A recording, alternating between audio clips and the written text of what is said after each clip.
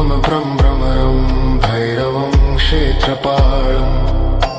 भज भज भस्मलेपं भजामि भूतनाथम् त्रिशूलधारी संहरकारी गिरिजानाथम् ईश्वरम्